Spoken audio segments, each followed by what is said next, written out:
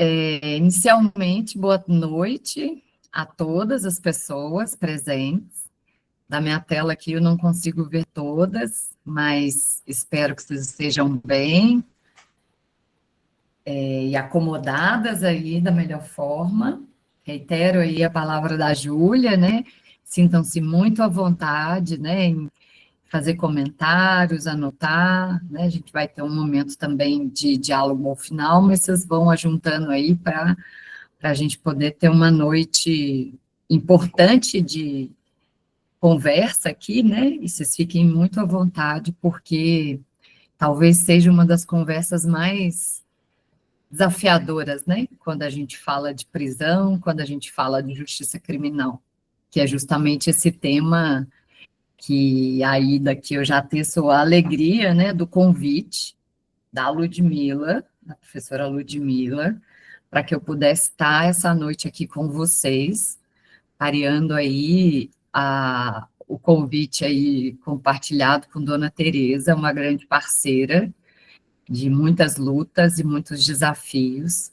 Então, desejo aqui que a gente consiga, mais do que absorver, mas fazer provocações, né, de uma boa reflexão aqui, porque a gente sabe que o cotidiano diário, né, da pessoa familiar ou de um ente querido, amigo, né, da pessoa que está em privação de liberdade, não é simples, né, no sentido de como é desafiador, né, entrar dentro da cadeia e ouvir e ver tanta coisa e tantas emoções e tantos sentimentos que ali acontecem.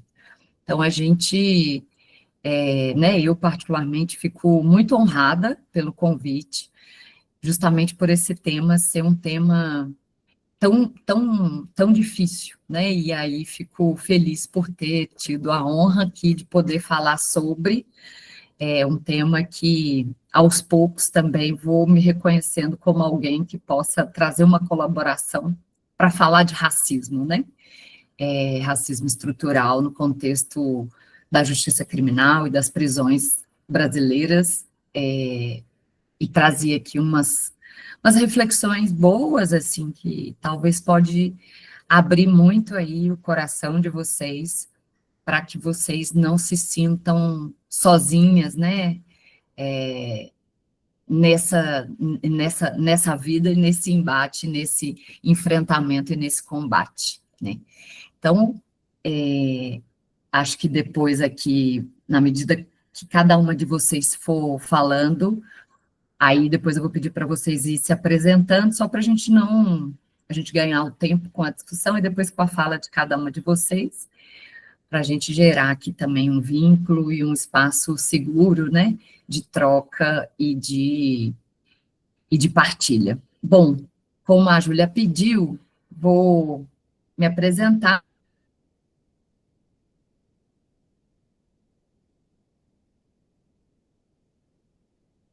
né, eu sou Ariane, na área, né, desde formei em psicologia e depois fui estudando cada vez mais temas relacionados à prevenção à violência, sistema de justiça criminal, prisões, né? Então, mediação de conflitos. Então, estou nessa pauta aí já há algum tempinho.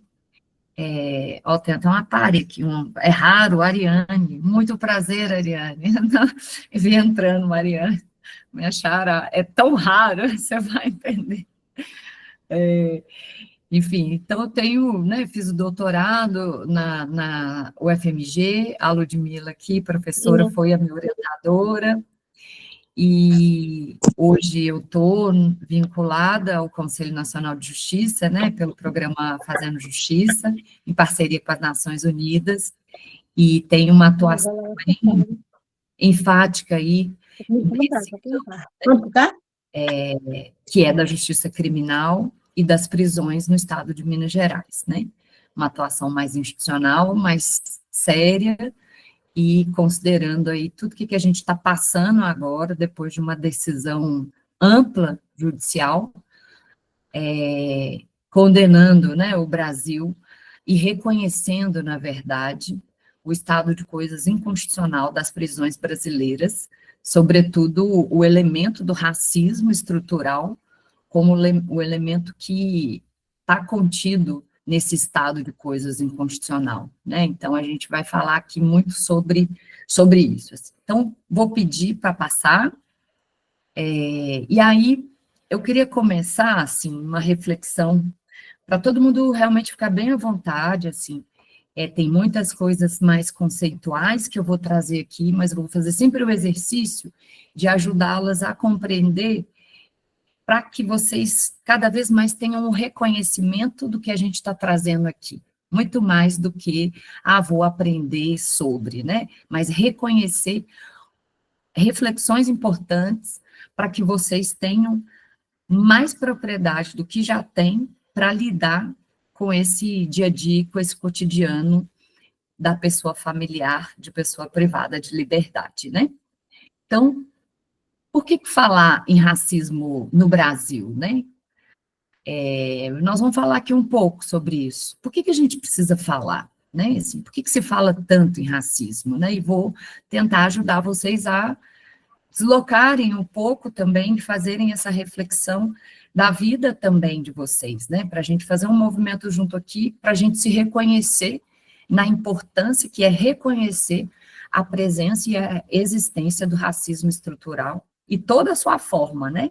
De perpetuação, de como que ela acaba acontecendo no dia a dia da vida cotidiana nossa, mas também no dia a dia, no cotidiano, de como que o Estado faz acontecer suas políticas, né? Como que ele organiza suas prisões e como que ele organiza o próprio sistema de justiça. E aí tem um fator importante, né? Um elemento, diria assim, que tem sido também muito tratado em termos de leis, normas, que é justamente a justiça racial, como um elemento fundamental para a gente pensar. E quando a gente fala de enfrentar, como é que enfrenta, né, o racismo estrutural? Então, a gente tem que pensar o que está sendo também pensado e discutido a partir da promoção de uma justiça que reconheça a necessidade do fomento a uma justiça racial, né? E aí nós vamos falar aqui, justiça criminal, racismo estrutural, e um outro ponto para refletir aqui inicialmente, como que diante, né, desse convite que eu estou fazendo para todas vocês, para a gente reconhecer aqui o racismo como estrutural, e eu vou falar o que isso significa, minha ideia é que todas nós aqui hoje tenhamos um pouquinho mais de ideia sobre o que a gente fala e o que é racismo estrutural quando a gente está falando de justiça criminal. Essa é a minha ideia. Então, vocês fiquem muito à vontade para falar, não entendi, achei... A ideia é a gente sair hoje aqui juntas com essa compreensão para que auxilie vocês nesse dia a dia e nesse enfrentamento, tá? E aí, claro, né, falar que o Brasil é um país estruturalmente racista importa, né? Enquanto a gente não falar sobre racismo, a gente nunca vai conseguir ultrapassar aquilo que nos capturaram, né, enquanto memória e história de formação da nossa sociedade, né? E que vai levar e fazer organizar todas as prisões e também todas as estruturas de justiça. Pode passar? E aí, o que eu pensei, assim, em trazer um pouco para vocês, inicialmente, são 4 pontos bem importantes, assim, sabe? Que primeiro, né, assim, então, vamos lá. Por que falar em racismo no Brasil, né? E aí eu vou contar um pouco para vocês o porquê, né? A história a história que nos contaram, né? Não sei a idade, pode voltar? A história que nos contaram, não sei a idade de todas aqui, estou indo para os meus 44, mas quando eu estudei numa escola pública aqui de Belo Horizonte, eu aprendi uma história do Brasil, sabe? E eu aprendi uma história do Brasil que contava a história do povo negro nesse país a partir da escravidão. E aí hoje eu vou trazer um pouquinho para vocês porque que é importante a gente refletir em como a gente aprendeu lá desde o ensino infantil até o ensino fundamental, primeiro ano, segundo ano, essas informações. E mesmo quando a gente não teve condição e acesso para o estudo, alguma coisa a gente escutou, um filme que a gente assistiu, uma novela, e a gente ouviu ali alguém contando sobre a história do Brasil, a partir disso eu estou trazendo, que é da escravidão. E aí eu vou contar para vocês que essa história, na verdade, o que a gente vê hoje no Brasil 2025, falando e reconhecendo o racismo estrutural, que essa história ela foi um pouco mal contada, né? Assim, nos importaram uma história e nos fizeram engolir uma história sobre a nossa própria história. E eu queria contar um pouquinho para vocês hoje essa diferença entre o que nos dizem sobre o que é e o que realmente aconteceu, para a gente chegar hoje, né? Quando a gente pensa esse último tópico aqui, que é o racismo e o sistema de justiça racial, né? Mas aí, antes disso, eu quero falar um pouco sobre como os corpos negros existiram e foram tratados no Brasil. E aqui, gente, muito do que vocês lidam, do que nós lidamos no nosso cotidiano, e eu aonde eu estou, como eu enxergo, como eu percebo, e vou falar também desse lugar, né, de uma pessoa que luta, né, pelo enfrentamento ao racismo, uma pessoa que se considera antirracista, né, porque fui atrás por todo um letramento, e a minha própria história me fez encontros importantes para que eu também pudesse olhar e falar, olha, nós precisamos repensar aqui como que as leis e o Estado também foi organizado no Brasil. Porque quem pensou foram os brancos.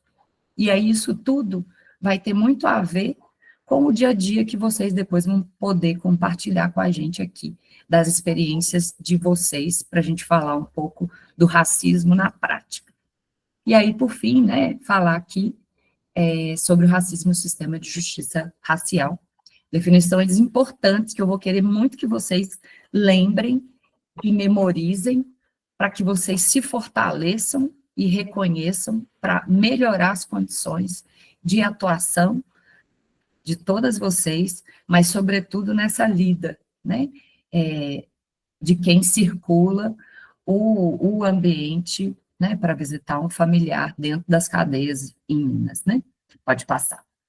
Então, eu comecei a contando aqui para vocês a história do Brasil que nos contaram, né, e a história que o Brasil viveu.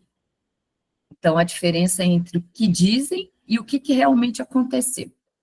O que realmente aconteceu? O que aconteceu, e aí eu vou tentar ser o mais didática que possível, depois vocês fiquem muito à vontade para explicar, não vou ficar lendo esses textão aqui não, tá? O que aconteceu? A gente aprendeu que o Brasil, ele foi descoberto, né? Vamos lá, voltando lá naquela historinha da colonização. Os portugueses vieram, errou o caminho, chegou aqui e descobriu o Brasil. Chegou aqui, tinha algumas pessoas que eles não sabiam quem eram, né? Não identificavam bem quem eram, mas que eram, hoje a gente reconhece, que eram as pessoas indígenas, né? E aí, o que acontece naquele momento? Esse processo de colonização desse nosso território, ele se deu pelo que a gente chama de Ocidente, né? Os europeus foram em determinados continentes para colonizar, que é mais ou menos assim, expandir o seu capital de exploração, de ter mais condições de produtividade, etc. E isso foi para o mundo todo, como foi para o Brasil. Nós conhecemos a história do Brasil lá, como eu falei, quando eu tinha 7 anos, assim, o Brasil surge a partir da colonização, os portugueses vieram e aí criaram o que é o Brasil, né? E aí, o que é importante disso? Que isso não estou falando de 500 anos, isso não é uma coisa pontual. Isso é uma coisa que vai estruturar toda a ideia e a base de racismo que a gente tem na nossa história do Brasil. Por quê? Quando eles começam e aí todas já sabemos, né, dessa coisa que foi dizimar o povo indígena que já vivia aqui, né, por uma certa inadequação na compreensão dos brancos, né, que os indígenas eram inadequados àquela cultura, aquele jeito de ser, de vestir, de falar, né, falavam um trem que ninguém entendia, né, os brancos e etc. E eles foram praticamente dizimados. Só que os brancos que vieram para o Brasil, né, colonizaram, criou esse país que a gente vive hoje, o que eles fizeram? Precisavam de mão de obra, né, eles precisavam explorar esse país, tinham muitas coisas nesse país. E aí essa historinha que nós já conhecemos, que é do processo de, né, que a gente aprendeu como escravidão, que foi retirar povos negros, africanos, lá do continente deles, para o Brasil, para um fazer específico, né? E aí, essa história, ela não é pontual, tá, gente? Ela é estrutural. Por quê? Porque quando a gente vai falar de racismo, né, nessa história que nos contaram, a gente encontra respostas muito assim. O que é ser negro? Ah, é a cor, é biológico. Então, a gente sempre faz uma associação biológica de gene com a cor, né? E aí fica muito difícil para a gente tentar reconhecer o racismo estrutural. Por quê? Porque o que aconteceu, na verdade, foi que você escravizou povos africanos, mas escravizou as crenças, os valores, o jeito de pensar, os costumes, as próprias crenças no sentido ancestral, o uso, né, vocês tiveram, eu imagino que quem não conheça, conheça, a Deise Benedito, ela fala muito disso, da história da cannabis, inclusive. Hoje todo mundo olha para a cannabis e fala assim, nossa, é droga, traficante, cannabis barra traficante. A Deise vai contar uma outra história, a Deise é uma grande referência para nós, tá? Deise Benedito.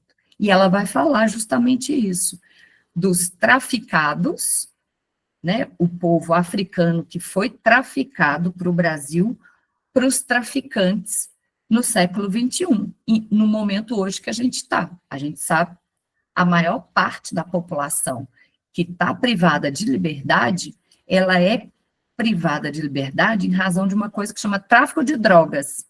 Leia-se, cannabis, maconha. E o que ela vai contar é que a erva da cannabis era usada lá na antiguidade por esses povos para um outro ritual. Ela era, digamos, numa concepção mais atual hoje, medicinal, mas ela é ancestral. Então, o que eu quero contar aqui para vocês? Que a escravidão, ela escravizou também jeito de ser, crença, valor, costume, e não só as cores, como durante muito tempo a gente aprendeu que é escravidão, aí você olha, você identifica a cor, mas é muito mais e muito mais profundo, porque é a forma do branco, a gente fala o Ocidente, né, o pessoal lá do Ocidente, dos europeus, de fazer justamente essa anulação de uma crença. E aí, pode passar? Por que isso é importante comentar aqui para vocês? E aí eu vou ler aqui um ponto bem, bem, bem legal, assim, para a gente pensar nisso que eu estou falando, que é um pouco virar um pouco a chave aqui de todo mundo para caminhar comigo aqui na ideia do porquê o racismo estrutural organiza todas as instituições no nosso país, inclusive as prisões e o sistema de justiça criminal, tá? Por quê? Porque o racismo, como a gente está compreendendo aqui, eu vou pegar esse autor, Muniz Sodré, e ele vai falar que é como se tivesse tido uma ideia, sabe assim, todo mundo é igual, sabe? Os brancos veio, colonizaram, falaram assim, não, todo mundo é igual. E aí eles tentaram, durante muito tempo, dar essa ideia de igualdade, só que uma igualdade que não foi bem assim, porque anulou costumes, libertou, mas não libertou, porque você liberta corpos, mas você não liberta ancestralidade, valores e costumes e moral de um povo negro que foi raptado, né, do seu país de origem para um tipo de produção no Brasil. Né? Então, isso é muito importante, porque o que a gente vai discutir aqui é que o racismo, ele não é a gente não pode conceber o racismo pensando uma história biológica, né? É por causa da cor. Não. É por conta, a gente vai falar sobre isso aqui, o racismo, ele é tipo um fenômeno muito mais amplo, a gente chama de fenômeno social. Ele é muito mais amplo, porque ele acomete todo um sistema de valor que a gente tem na nossa sociedade. Tá? Pode passar? E aí, por que que eu estou trazendo esses pontos, né? Porque vocês já devem ter escutado no dia a dia de vocês, né, essa denotação, né, que fala da pessoa negra, ela contrária à ideia de que, digamos, né, a ideia de que não se houve uma capturação da identidade dessas pessoas, né? E sim, depois, uma libertação dessas pessoas. E aí, o que eu acho que é bom trazer aqui para vocês? Que a gente tem que parar com essa ideia de criar uma terceira cor, sabe? Uma terceira. Depois eu vou falar um pouco sobre raça. A gente tem que assumir o lugar do negro na história do Brasil. Porque não é o lugar do negro pessoa somente, tá, gente? Não são as negras, é porque quem vai criar as normas, olha para você ver, eu falei aqui da droga, né, do tráfico de drogas e um tanto de outro delito. Quem cria essas normas, esses delitos, quem julga, quem faz todo o processamento da justiça são pessoas brancas. E aí o que acontece? Esses valores, vamos lá, acho que é da Aparecida aí estava aberto. Esses valores dessas pessoas vão influenciar no jeito como vai organizar o que a gente chama de Estado, né? E aí não é pontual, e a gente vai poder falar um pouquinho disso na atualidade, né? Como é que é esse estado de coisas inconstitucional na prisão e por que a Suprema Corte do Brasil decidiu e falou, olha, o racismo estrutural, ele é parte, modus operandi do sistema penitenciário brasileiro. Tem tudo a ver com isso, tudo que eu estou contando para vocês. Por quê? Se quiser passar, fica à vontade, tá? Por quê? Aí aqui que a gente começa, que é algumas coisas que eu queria muito que vocês memorizassem também, em como os corpos negros existiram e foram tratados no Brasil, né? Então, primeiro isso, corpos trazidos, né? Corpos capturados, corpos escravizados, corpos explorados. É muito mais do que uma força de trabalho, é a escravização de uma história, de uma identidade, é tirar a memória desses corpos, desses povos. E aí é como se a gente tivesse vivido a história de um Brasil sem a história de sua memória, porque os indígenas foram, em grande maioria, dizimados, ou seja, teve um apagão da memória de quem habitou as nossas terras no Brasil, né? Ao que conta toda a história, foram os primeiros povos a a viverem nesse país. E aí eles dizimados, depois esses corpos negros trazidos, e aí o que importa, assim, para a gente aprender aqui? É que toda a construção, inclusive, do que foi a justiça criminal e a própria história das prisões, ela vai sendo permeada por alguns corpos que, ao longo dos últimos 2 séculos, 200 anos atrás, algumas pessoas eram selecionadas a responder criminalmente por um delito X. Aí você pode pegar os capoeiras, lá em 1800 e pouco, aí você vai ter, ao longo da história, um monte dessas questões, né, que vai começar a aprisionar, e não era, gente, aprisionava costumes, hábitos de pessoas, crenças e valores.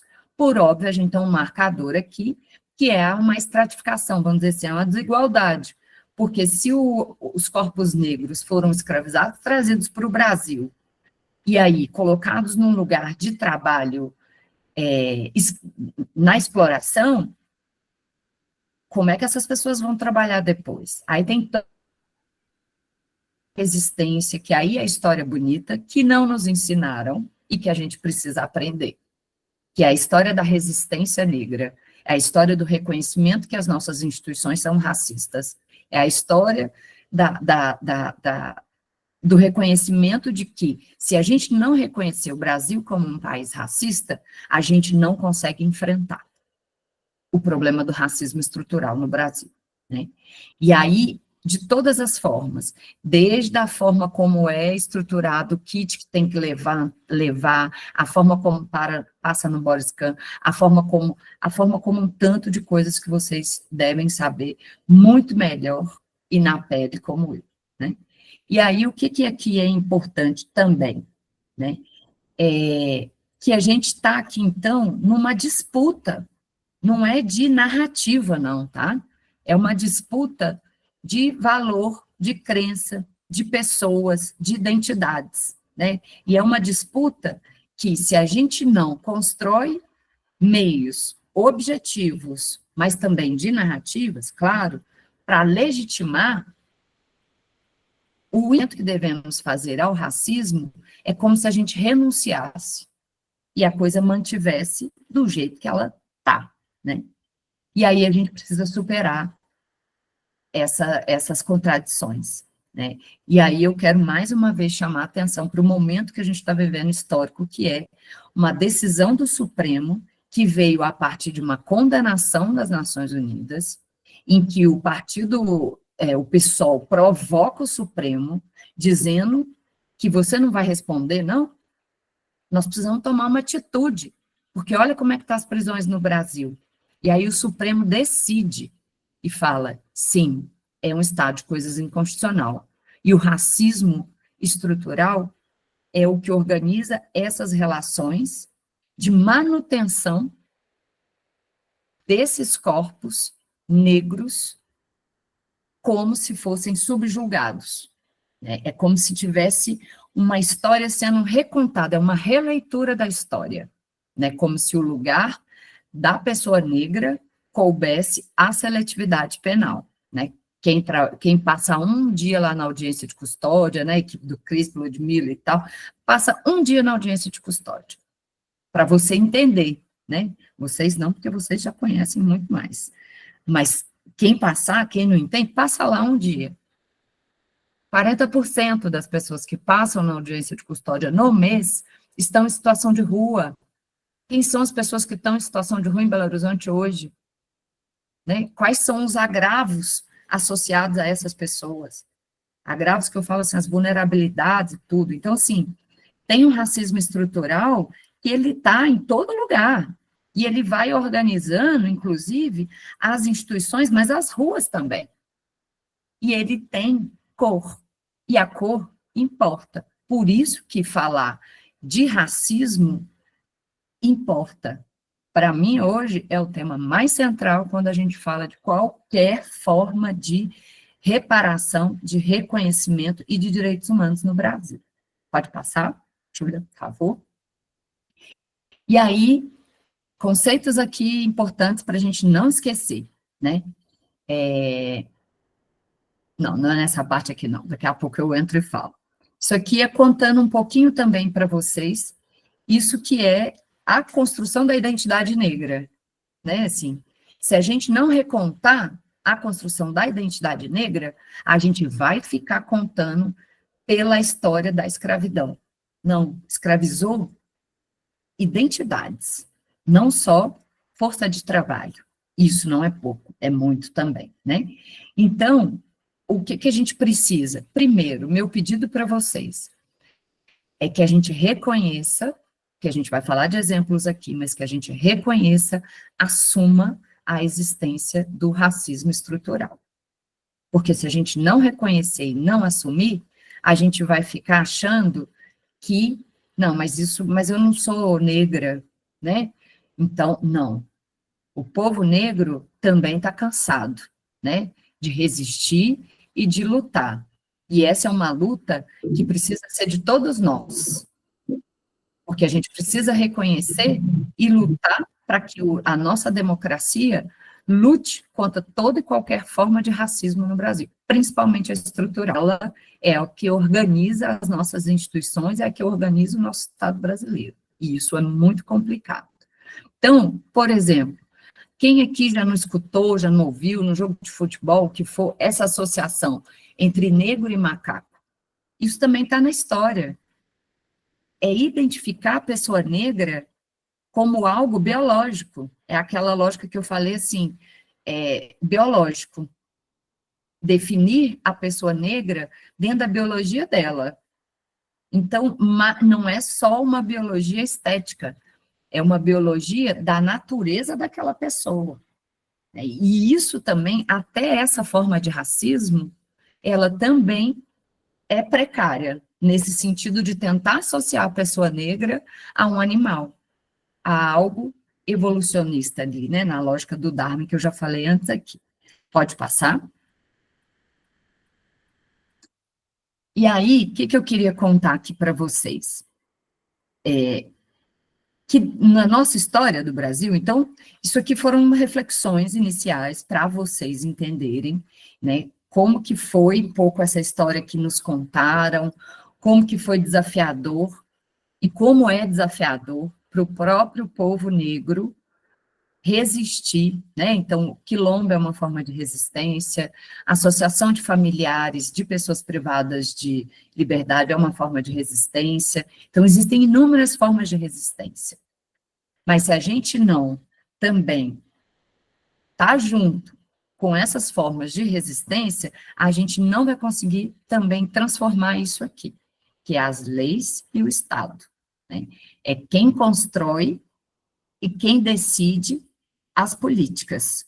São as pessoas brancas, com valores brancos, com ideias brancas, e eu, cotidianamente, às vezes eu escuto, transitando por sistemas, né, de justiça e etc., não, gente, mas não tem racismo estrutural no sistema de justiça, não. Eu escuto. Agora, recente, é datado, né? E a gente escuta. E aí, o que você responde num contexto desse? Fala, olha, então, vamos lá. Você tem que sentar e ter paciência. Às vezes a gente tem. No meu trabalho eu preciso ter mais, né? Mas a gente traz um contorno e fala assim, olha, deixa eu te falar uma coisa. Tem sim. Sabe por quê? Porque essa história que nos contaram não é a história do povo negro no Brasil e nem da África, que eles vieram sem crenças, acabaram com as crenças, com valores. Como é que você cria um Estado desconsiderando as ideias das pessoas, valor, gente? Crença, os hábitos, a forma de usar, mexer o cabelo, os turbantes, tudo, todos os adereços, toda a forma de movimentar o corpo. Como é que você constrói lei no Brasil sem considerar o jeito como as pessoas vivem, né? E aí, o jeito como as pessoas viviam, as pessoas negras, nesse período ali, há 200 anos atrás, elas tentaram, algumas pessoas teóricos que a gente fala, né, intelectuais, tentaram contar essa história. E aí criaram uma ideia meio que transitória, falando que o Brasil é um país mestiço. Quem nunca escutou isso? Qual sua cor?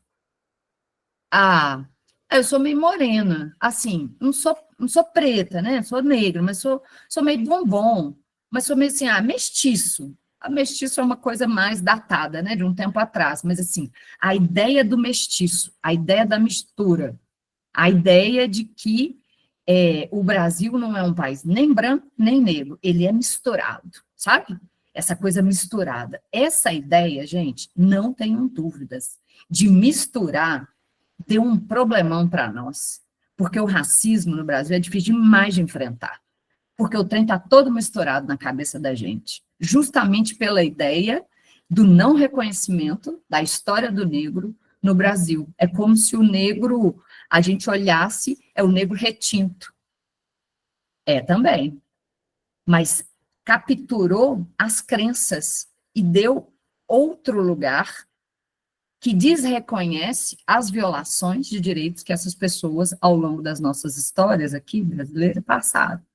Né? E aí eu acho que isso não facilitou, né? Esses autores, todos que estão escritos aqui, ó, Gilberto Freire, tantos outros, Nina Rodrigues, essas pessoas todas, alguns eram juristas, né, da área do direito, outros médicos, então essa lógica toda de fazer crer que o país é um país misturado não facilitou o enfrentamento ao que deveria ser enfrentado, que é um país que estava se libertando de processos de escravidão, mas que não conseguiu transformar o jeito como a gente ia se organizar enquanto Estado, enquanto construção de prisão, e assim vai sucessivamente. Pode passar? Que em 10 minutinhos eu fecho. Bom, então, o que eu queria combinar com vocês aqui? São conceitos muito importantes. Para a gente falar de combate ao racismo no sistema de justiça criminal, a gente tem que afirmar e reconhecer o lugar do povo negro no Brasil e dentro das cadeias. A gente precisa fazer isso. Né? E aí, por que a gente precisa fazer isso? Porque a gente precisa lutar contra essa ideia da mistura. Porque como é que você combate alguma coisa muito misturada? Né? Como é que você combate... aí você vai ter pessoas falando que não tem racismo estrutural dentro de cadeia, dentro de unidade prisional, que o sistema de justiça não que as polícias não fazem seletividade penal, né? Seletividade, não, o elemento suspeito não é o mesmo elemento suspeito lá que fazia capoeira em 1800 e pouco, né? Assim, não é, a Daisy Benedito fala assim, não é coincidência, é a história repetindo a história, mudando só a data. Então, é muito importante para a gente aqui pensar como que a gente pode combater, enfrentar, primeiro, reconhecendo a existência do racismo. E aí pode passar.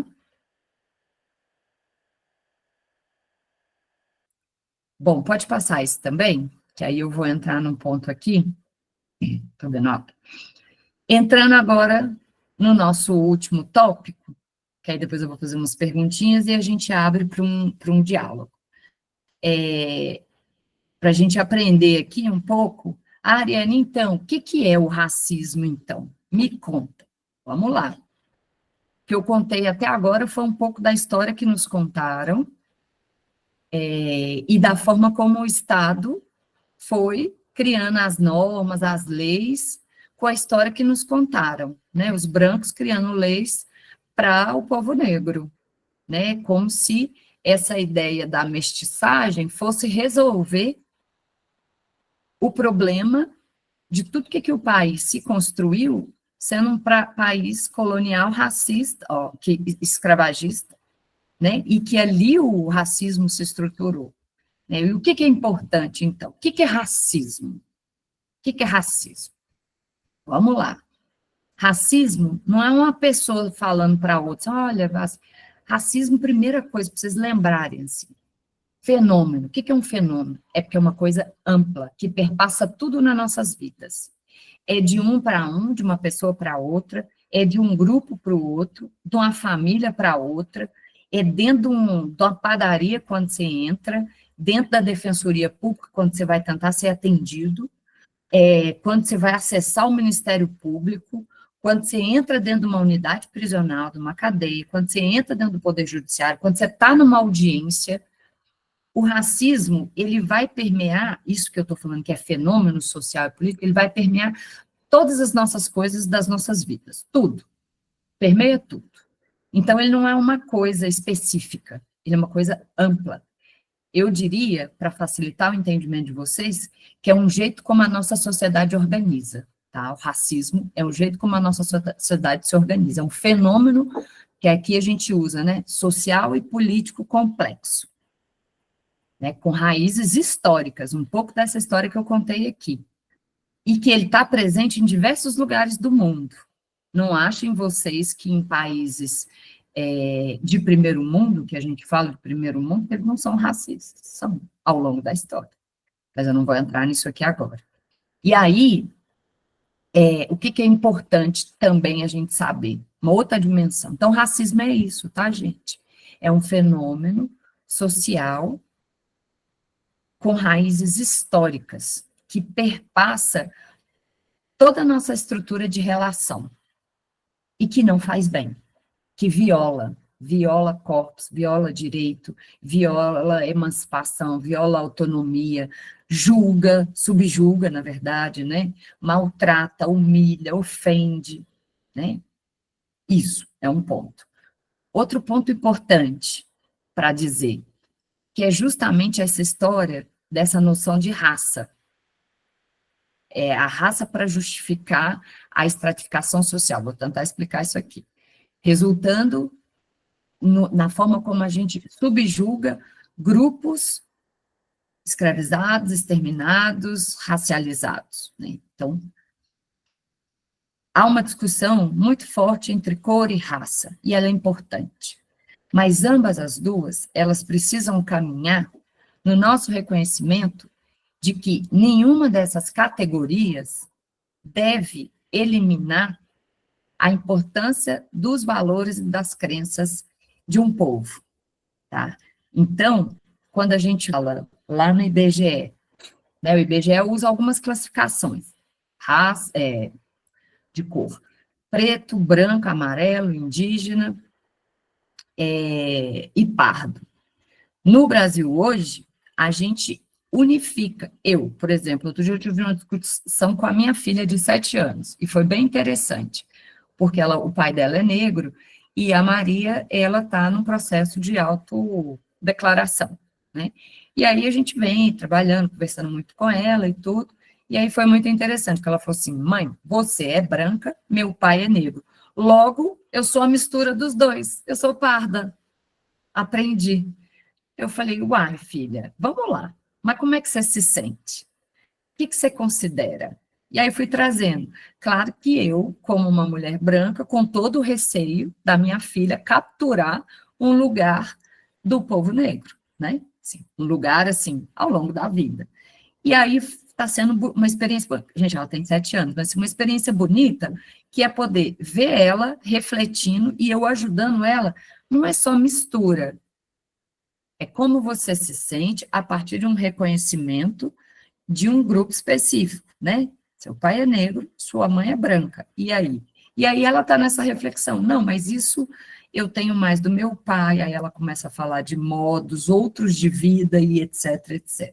Claro, considerando o fator racializado e o fator cor, né? Não estou eliminando isso da discussão.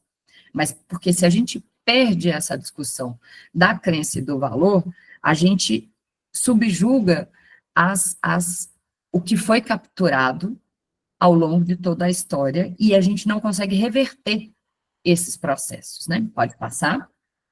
E aí, para a gente ir concluindo aqui, o que eu queria trazer, né? Então, hoje, gente, o racismo já é um reconhecimento de leis internacionais, tá? Então, o racismo não é uma invenção de uma pessoa ou de outra, o racismo existe, ele está tipificado, ele está em convenções. Cada vez mais o Brasil assume parâmetros, né, para poder criar dimensões em que reconheçam o racismo como uma forma de enfrentamento. E aí, eu até passei um material para a Júlia, recentemente no CNJ, eu pedi para ela mandar para vocês, que eu acho que pode ser bem importante. Lançou um documento, um protocolo para atuação do sistema de justiça criminal, coordenado, esse programa chama Justiça Plural, coordenado por uma juíza negra. Olha que coisa.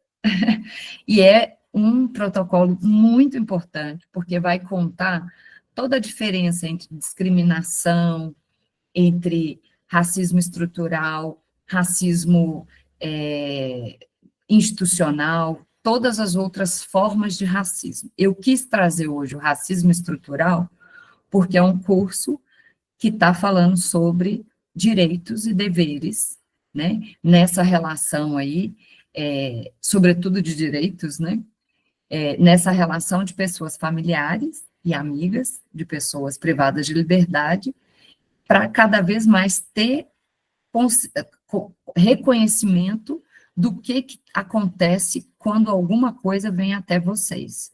Né? Então, eu trouxe mais essa discussão do racismo estrutural, porque sem ela a gente não consegue dar um passo, porque senão a gente dá passo sozinho, e é já tão difícil, né? No dia a dia, dar passos sozinhas, né? Em especial para vocês, que passam diariamente, né? As filas, chega, não abre a 8, não é a 8, vai volta para casa, enfim, tudo que a gente já conhece sobre esse processo de pessoa familiar, né? Pode passar? Eu queria agora só falar, então, que o racismo, eu falei do racismo de forma geral, né?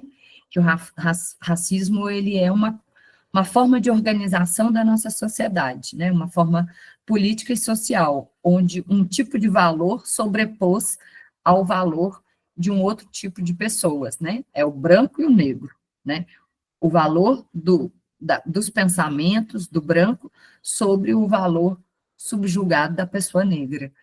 E o racismo, então, estrutural, ele não é um desarranjo das instituições, né?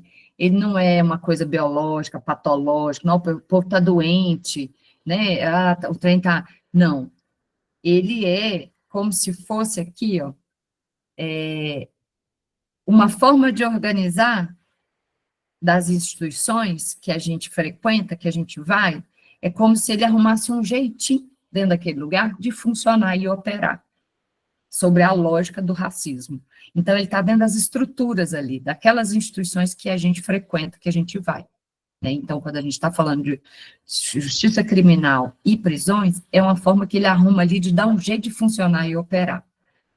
Práticas relacionadas a formas de maus tratos e tortura, tem uma base o quê? Na estrutura do racismo estrutural, formas de subjugar, alimentação, vocês podem fazer um checklist ali de tudo que é violação. Ela está estruturada e organizada nessa concepção do racismo estrutural. Por quê? Porque é uma forma de capturar do sujeito o reconhecimento da dignidade da pessoa humana, da história de crenças e valores daquelas pessoas que ali estão. E aí, para a gente finalizar com perguntinhas, pode passar? Pode passar. Ah, tá. Só vou contar essa última parte aqui, que eu falei rapidamente aqui, que é um processo também que vem um pouco antes da privação de liberdade, que ela é muito desafiadora, que é o que a gente chama de seletividade penal. Ela é muito desafiadora, é muita gente que estuda isso, que tenta entender, e por quê, né? Quem são as pessoas policiais hoje, né? A grande maioria dos policiais que estão, que a gente chama de praças, né? Que estão nas ruas, fazendo ali o flagrante, né? São pessoas negras. E aí o que acontece? São pessoas muitas das vezes oriundas de determinadas localidades da cidade, né? De determinadas comunidades. Então, por que isso acontece? Reitero, o racismo é estrutural. Ele também organiza a seletividade penal. Então, o sujeito, mesmo negro, e o sujeito negro policial, ele também é orientado pelas diretrizes daquelas instituições, pela forma de fazer a caracterização do elemento suspeito, toda essa forma de caracterização, ela está na instituição. E a instituição, como eu falei para vocês, o Estado, né? Ela é uma concepção branca, de valores brancos. Então, você cria todo um sistema de crença e de ideia baseado na branquitude. E não reconhece as crenças e valores dos povos negros, né? Não é o tema aqui, mas eu gosto sempre muito de discutir a história do crime, né?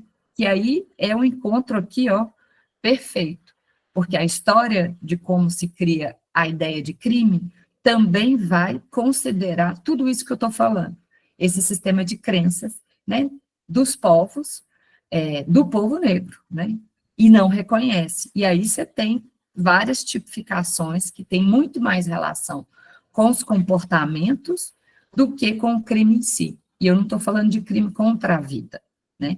Não é isso, até porque tem uma outra discussão sobre o crime contra a vida. Mas eu estou falando sobre as pessoas hoje que estão dentro, a grande maioria que estão dentro das unidades penitentes, né, das unidades prisionais no Brasil, né, pelo crime de tráfico de drogas. Então, há toda uma criminalização também de um tipo de costume baseado lá numa droga específica, um conceito de droga específica, e aí não é aqui o caso de aprofundar, mas essa seletividade penal, ela também é organizada pelo próprio racismo estrutural, né, que é o sistema de crenças ali da organização do Estado. Então, para fechar a minha fala aqui, pode passar? O que eu queria aqui para a gente abrir para o diálogo com vocês, e aí vocês podem trazer as suas perguntas, não entendi isso, se ficou muito teórico, se não, queria muito ouvir de vocês, principalmente porque a ideia é que a gente possa aqui pensar como enfrentar o racismo no sistema de justiça criminal, né? Como? Então, o que a gente faz? Como que a gente já faz? Primeira coisa, vamos reconhecer a existência do racismo. Se a gente não reconhece, a gente não consegue pensar meios e formas. E o Brasil tem tido movimentos cada vez mais importantes, de movimentos negros, de institutos pela defesa de pessoas privadas de liberdade, institutos, o próprio CRISP, com a formação desse curso, muitas experiências que estão garantindo também uma coisa que é muito importante, viu, pessoal, que é conhecimento. Quando você reconhece o racismo estrutural e quando você passa a conhecer, mais conhecimento você tem, mais orientado ao enfrentamento a gente fica. Porque o conhecimento, ele organiza também a sua forma de se portar diante de uma violação. Porque aí você vai conseguir trazer e falar, olha, não, isso não está previsto. Não, aonde? Não, isso não pode acontecer dessa forma. Não, isso não pode se organizar desse jeito. E aí, com base nisso, o que eu queria que vocês também refletissem, para além aí das reflexões internas de vocês, é como é que cada um de vocês sente e observa o racismo no dia a dia de visita na cadeia, né, no dia a dia de visita à cadeia aos seus familiares ou entes queridos, né, seja quem for a pessoa. Mas como é que você sente e observa? Você já percebeu? Você já vivenciou? Você já percebeu uma colega? Você já viu como é tratado? Você percebe se tem diferença? Ou você não consegue ainda enxergar? Não tem problema nenhum, viu, gente? É para a gente fazer uma reflexão aqui conjunta. E também, porque a gente não está falando de uma coisa só específica, a gente está falando de racismo estrutural, no dia a dia de suas vidas, né? Como é que você sente, como é que você percebe, como é que você observa ao circular. Na cidade, nos espaços, enfim, quando você vai nas instituições, né, defensoria, poder judiciário, onde for. como é que vocês percebem? Ou se vocês ainda não perceberam, ou se percebem e não conseguem fazer nada porque é muito difícil. Enfim, queria agora abrir, eu acho que considerando aí a orientação da Júlia do tempo, para que a gente abra para ter um pouquinho de, né, para eu ouvir um pouquinho vocês e a gente fazer uma troca aqui. Não sei como que organiza, se as mãozinhas levantam.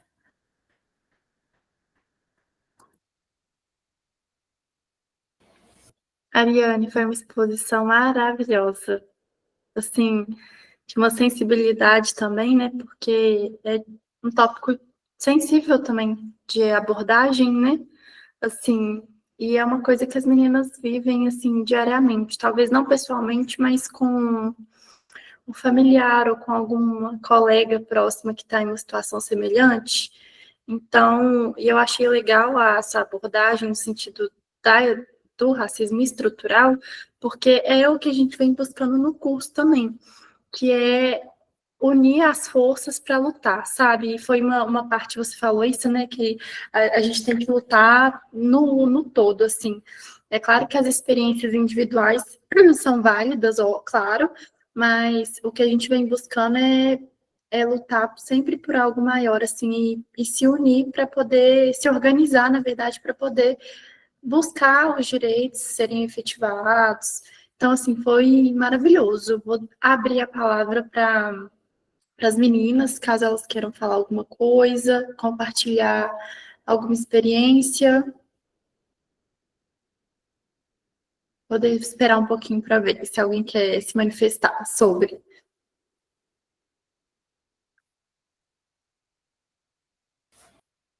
Josi, pode falar. Olá, boa noite a todas. Ariane, nossa, que palestra maravilhosa.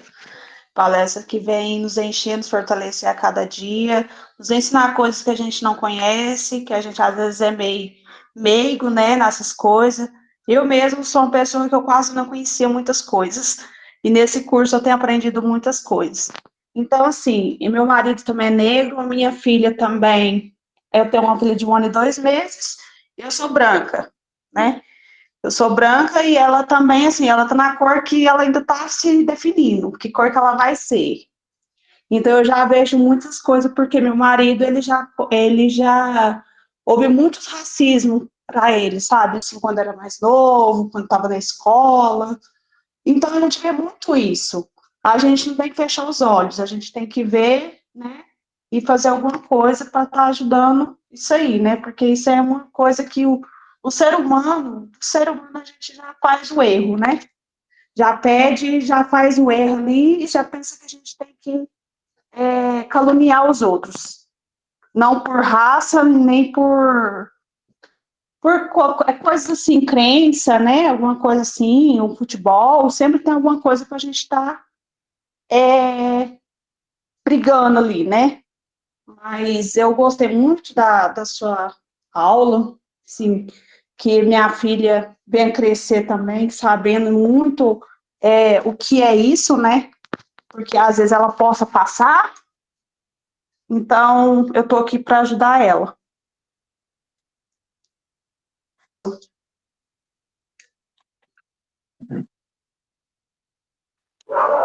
Posso falar? Bem, eu gostaria de falar que não é só na prisão que acontece esse problema de racismo. Acontece que quando um ente querido a gente vai para a prisão, a gente é condenada junto com ele.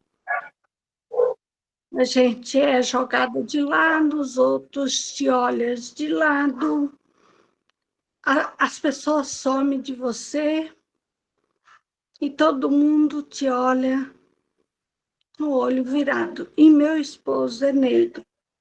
Já presenciei várias vezes junto comigo em postos de abastecimento, outros lugares, no hospital, um médico. Quando eu falei que ele era meu esposo, ele regalou o olho. Falei, e daí? Ele é jovem, bonito. Que adianta eu casar com uma pessoa da minha cor, mais velho que eu, e me maltratar 25 anos, sendo que uma pessoa jovem, maravilhosa, porque o que fala não é a cor, é a qualidade dele, vem de dentro.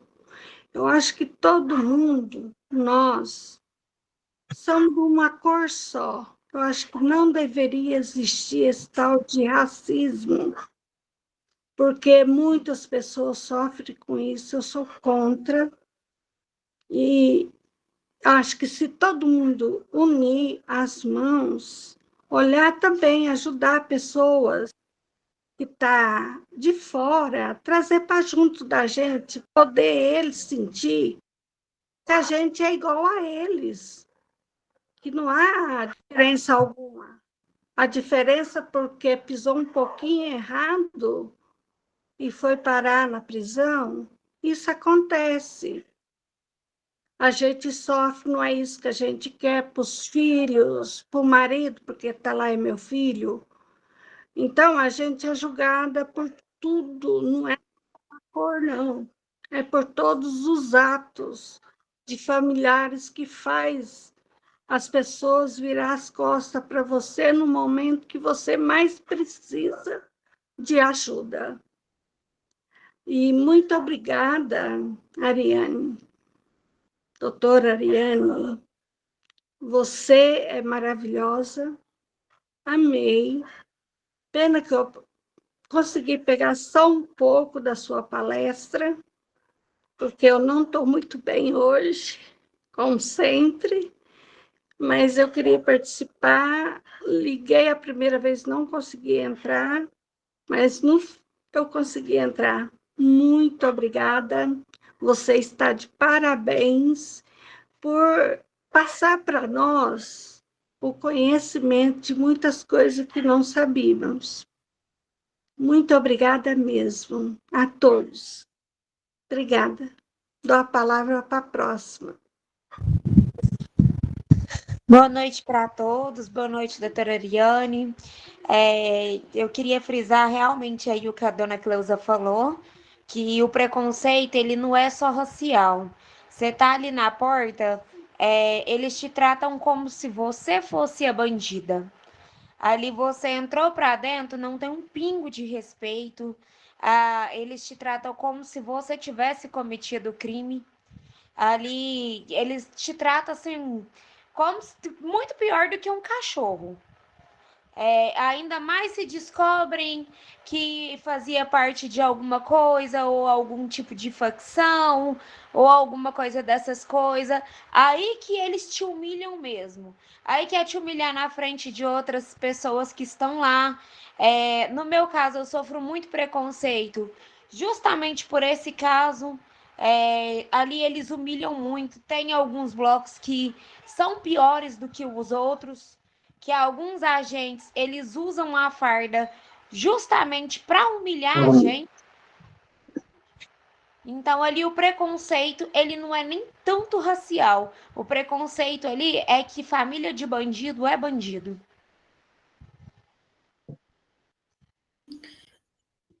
Pensei que ia acabar no Brasil, mas não acaba, né? Infelizmente. Eu vou abrir a palavra para Maria Cristina, e aí depois a doutora faz seus comentários. Boa noite a todos. Gostaria muito de agradecer a Ariane, né, Ariane? Eu acho que a sua palestra foi, assim, maravilhosa. E o seu tema que você colocou no grupo, desde a hora que eu vi que ia ser esse tema hoje, eu queria muito participar, porque esse é um tema que eu tenho pesquisado e estudado desde 2003. Estou pesquisando sobre esse tema. Infelizmente, o ano passado, eu tive que iniciar essa nova fase da minha vida, essa nova jornada, né, de visitação, de envolvimento, de alguma forma, com o mundo penitenciário. E o que a dona Cleusa falou, eu concordo com ela, realmente é muito triste. Quando você tem alguém da sua família que está privado de liberdade, você automaticamente você está presa junto com a pessoa. Então, é a pessoa presa lá e você presa aqui na sociedade.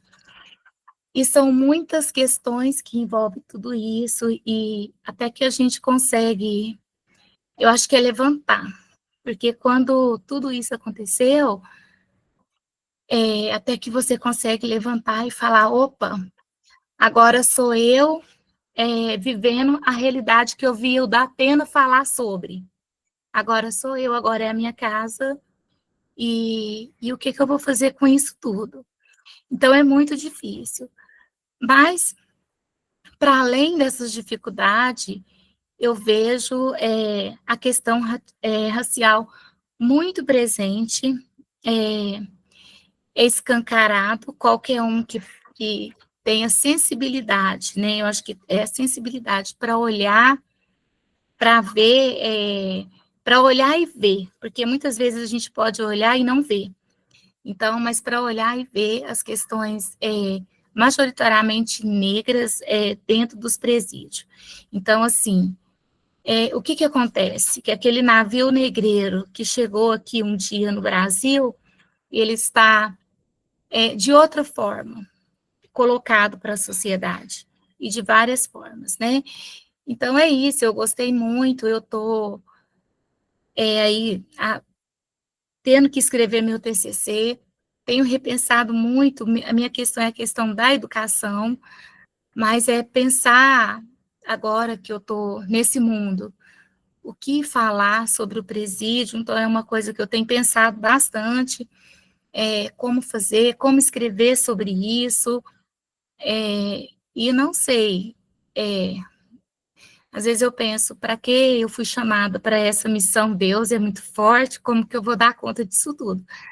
Mas é lutando, tentando colocar em prática um pouquinho do conhecimento. Eu acho que o conhecimento é o que muda, é o que nos ajuda a mudar alguma coisa. Então, esse tema foi muito pertinente, eu gostei muito, e eu gostaria muito de te agradecer pela sua fala. E é isso.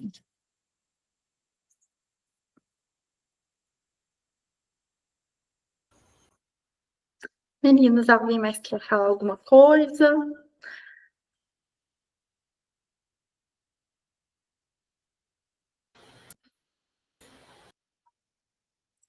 Zé, também eu comento aqui uns pontos importantes e aí depois abrimos de novo. Isso, Tá vamos fazer bom? assim. Bom, em primeiro lugar, assim, agradecer muito, né, pela partilha de vocês, porque de fato é muito humilhante, né? Eu acho que essa é a palavra, é muito degradante, né? E eu queria muito poder falar sobre esse tema com vocês, né? Quando eu trago aqui essa discussão do racismo. E aí é um desafio, né? E aí agradeço, né, a confiança de vocês pelas falas. E eu acho que é exatamente isso, uma de vocês, eu acho que foi a primeira, Josi, ou a Ingrid, enfim, mas vocês trouxeram que essa forma de associar, não, foi a Júlia, essa forma de associar aqui é uma forma também de criar um coletivo de resistência, né? Porque lembrar sempre que não se está só diante do racismo é muito importante. Embora o Ensaiando aqui, Guilherme. o seu áudio abriu de novo, parecido. Não. Embora, é verdade. Embora muitas das vezes a dor ela chega muito subjetivamente, individualmente para cada uma, né? Assim, no seu dia a dia, né? Nos afazeres e tal. Mas transformar, né? A dona Teresa é uma fala muito boa, assim, né? Transformar a dor em amor e luta, né? Então, eu acho que isso a gente só faz se associando coletivamente, se cuidando, né, individualmente, por óbvio, mas se associando. Então, eu acho que esse espaço, ele é mais um desses espaços importantes para criar condições de enfrentamento, né? E aí, um ponto que foi um pouco comum do que vocês trouxeram, eu acho importante a gente falar sobre isso, porque aí é a etapa 2, né, do nosso reconhecimento do racismo estrutural. Quando vocês estão, acho que a Ingrid trouxe, quando vocês estão ali na fila, quando vocês estão nesse processo, e aí, né, vocês são parente de pessoa privada de liberdade, parente de preso, né, familiar, ente querido e tal. Sim, eles, enquanto pessoas, aí eu não vou entrar no mérito aqui, mas, até porque grande parte deles eu considero que não deveriam estar, né? E não é julgando mérito, tem a ver com essa história da criminalização, né, da seletividade penal e etc, etc. Mas o que eu estou querendo dizer? Eles estão, e eu escuto muitas de vocês, né, em vários espaços que eu circulo e tal, falando, olha, ele está lá, e ele foi responsabilizado e ele vai cumprir, né, o que a gente fala, né, um tempo de responsabilização nesses espaços. Mas ele perdeu, no sentido que o Estado vai dizer, a liberdade, né? E aí a gente tem uma lei que organiza como essa forma vai ser regulada, mas não a humanidade. Né? Ele continua um ser humano, ele é um ser humano, ele tem que ser tratado com dignidade. O familiar, a mesma coisa. O ente querido, a mesma coisa. E todos no entorno de toda essa condição e a situação, a mesma coisa. Então, a humanidade, ela é uma premissa. Só que quando vocês relatam essa situação de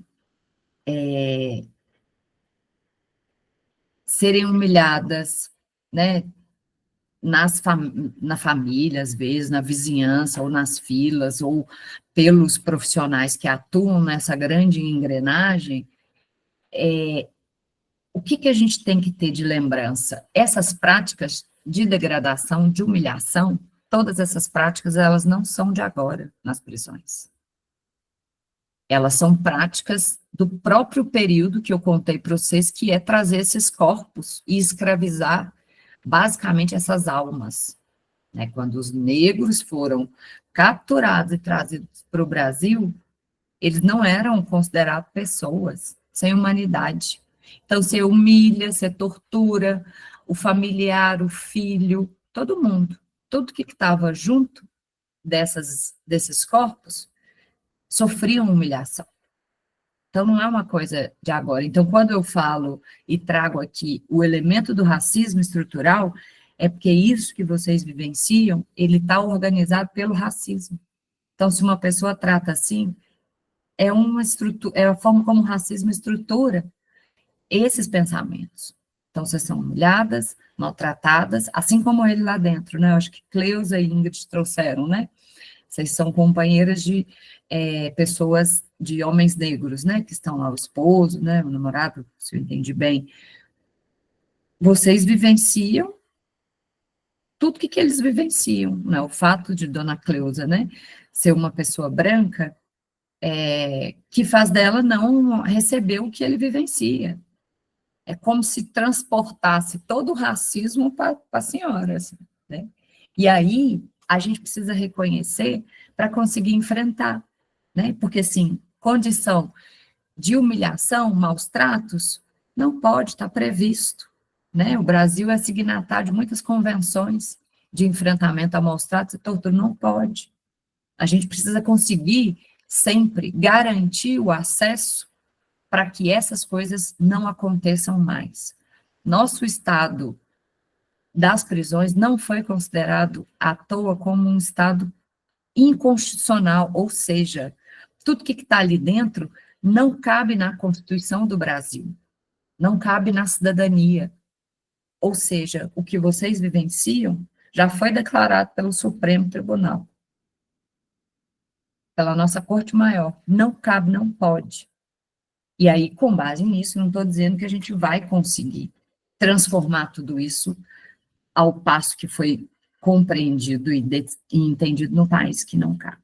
É um passo, né? Vocês aprenderem, saberem e se reconhecerem, se unirem, ir atrás de conhecimento, ir atrás de orientação, acessar a Defensoria Pública, promover tudo aquilo que é canal de informação, denúncia, o que for, em relação ao que faz, se tem retaliação, como se faz, enfim, incansavelmente, vocês precisam, e infelizmente o Estado não deveria fazer, mas a gente precisa que vocês nos ajudem a fazer, para que o Estado tenha regulação, controle. E só quem sabe fazer isso, na prática, a gente sabe disso, é o familiar, né? Que está lá todo dia, vendo, porque a pessoa privada de liberdade está lá dentro, e lá dentro ela fica, sofrendo retaliação. Se ela fala, ela é mudada de lugar. Se não sei o quê, acontece coisa pior. E a gente sabe tudo como acontece.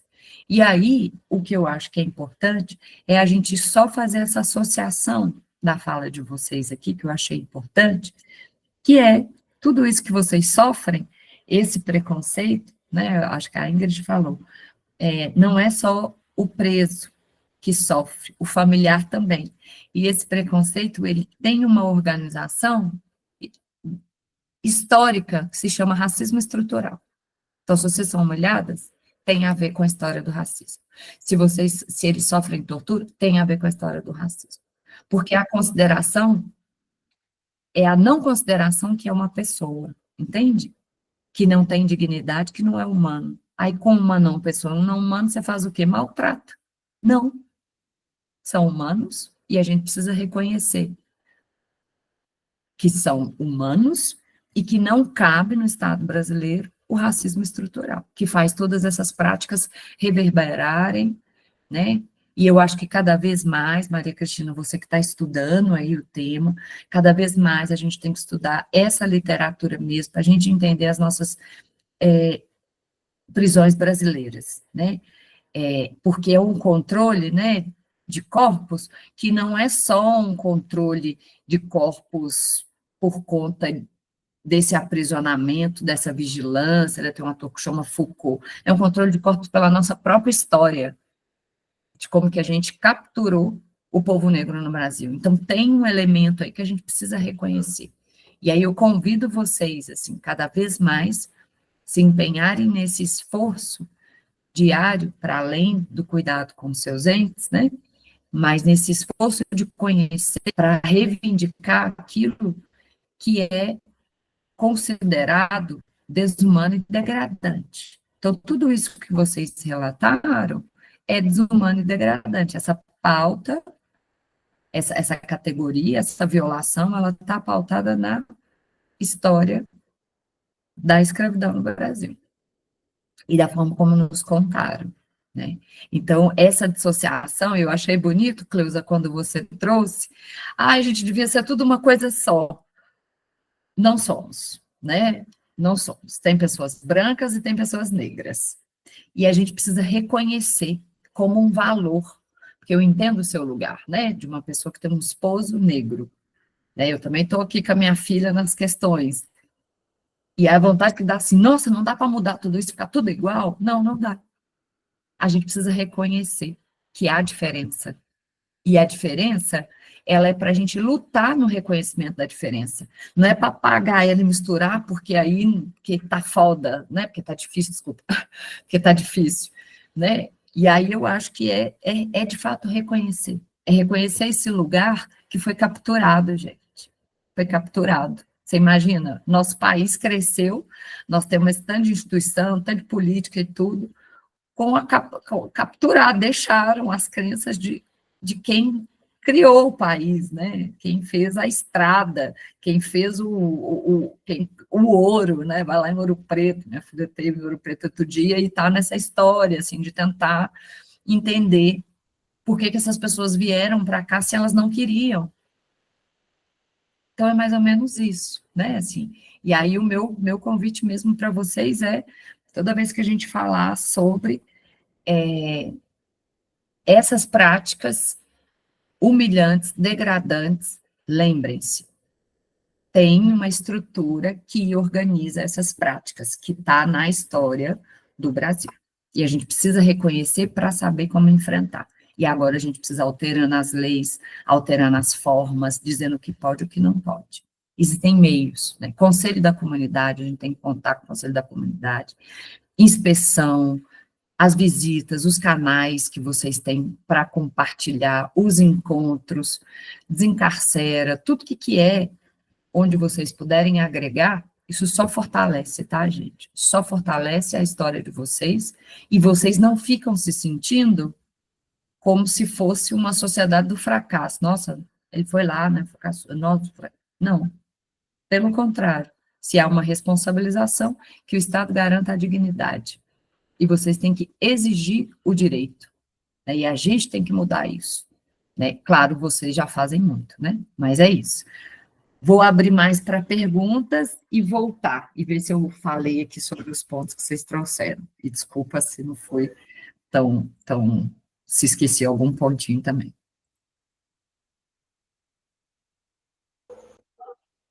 Foi excelente. Nossa, muito bom. As meninas que comentaram querem falar sobre?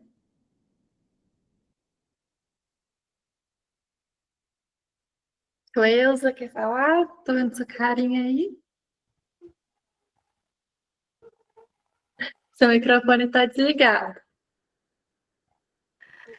Eu tomei remédio, meu olho está tão ficar aberto. Não, mas é isso aí mesmo que ela falou. Mas para chegar até aonde a gente gostaria, isso ainda vai muito longe ainda. Tem muitas batalhas que temos que lutar e não desistir. Unindo força, você consegue tudo. Vamos unir. Ô, fulana, eu preciso fazer isso e isso. Você me ajuda? Claro, por que não? Se eu sou branca, se eu sou negra, nas minhas velhas corre sangue de negro. Eu tive a sorte de nascer loira dos olhos verdes. Só 2 na família de pessoas morenas. E eu me sinto negra. Amo pessoas negras. Para mim são as mais belas. Então eu não tenho muito o que falar, o que eu tinha de falar, falei. Você, Ariane, explicou e falou uma verdade que às vezes as pessoas tentam jogar tudo por debaixo do tapete. Joga ali, tenta esconder para as pessoas não saberem quais são os nossos direitos. Aí vem você e derruba tudo aquilo que eles tentam esconder dos nossos direitos. Isso foi maravilhoso. E quero sempre ter contato com você, ter novas experiências, claro, né? E novos aprendizados, que eu acho que cada uma de nós quer aprender mais sobre as leis, porque a gente tem direito a isso. Então, vamos trabalhar junto, todos nós. Juntos venceremos, não é isso? Um grande abraço e muito obrigada, Ariane. E um abraço para cada uma de vocês. Júlia, que é a minha ponte, que sempre quando eu não consigo entrar, ela que me ajuda. Então, muito obrigada, Júlia. Um abração para você, um abração para todas vocês, que não tem como eu abraçar cada uma, mas vai um abraço bem caloroso, com amor, com fé em Deus primeiramente, e esperança que um dia as coisas vai ser do jeito que nós desejamos para todos nossos familiares e amigos. Muito obrigada. Um beijão de coração. Adriana, para você também, um grande abraço. Não esqueci de tu, não. Um beijo, Ariane. Fique com Deus e que Deus te proteja sempre, cada uma de nós. Um abraço.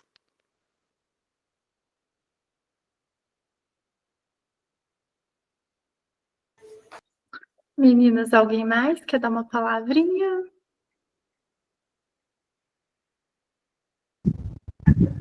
Não, por mim tá tranquilo.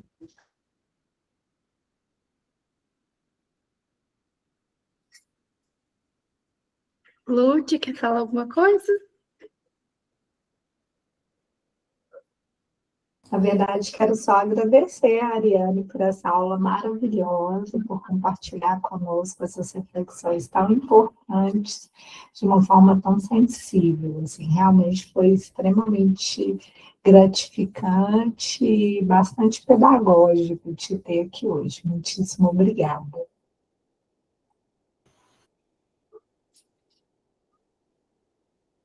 Bom, meninas, se a gente não tem mais dúvidas, a gente vai encerrar então. Ariane, muito obrigada por essa aula incrível, de uma sensibilidade, assim, faço das palavras da aula de as minhas. E para as meninas, a Ariane preparou esse PowerPoint, já mandei para vocês, e mandei também o protocolo. Deixa eu ver se eu mandei. Mandei, mas eu posso mandar de novo se ficou para trás. O protocolo do CNJ para julgamento com perspectiva racial. Então, para quem quiser dar uma lidinha, Maria, que está estudando, vai fazer TCC, acho que vai ser super importante. Liberei lá para vocês, tá? E, Ariane, muito obrigada por essa aula incrível, pela sua disponibilidade, por ter participado aqui. Você, com certeza, agregou muito para a gente, viu? Muito obrigada mesmo, de coração. Se você quiser dar uma última palavrinha final, pode ficar à vontade. Imagina, eu que agradeço a escuta atenta e carinhosa, mas sempre muito resiliente, né, de cada uma de vocês, isso é muito importante. E agradecer mesmo o convite, como eu falei, eu abri e eu vou fechar, né, que me honra muito ter sido sugerida para um tema que não é um tema, né, está na estrutura, então, desse lugar de uma pessoa branca falar sobre racismo, eu fiquei realmente... vim de coração aberto, com muita modéstia aqui, para partilhar um pouquinho do que a gente precisa fazer como obrigação também, né? Que é estudar, ler e lutar, né? Porque a gente não pode, nem um dia a menos, nem um dia a mais, deixar de ter uma luta antirracista, né? Em especial quando a gente está falando aqui da justiça criminal, das prisões. Então, agradeço muito a recepção e o olhar e atento, né, e a escuta também cuidadosa de cada uma de vocês.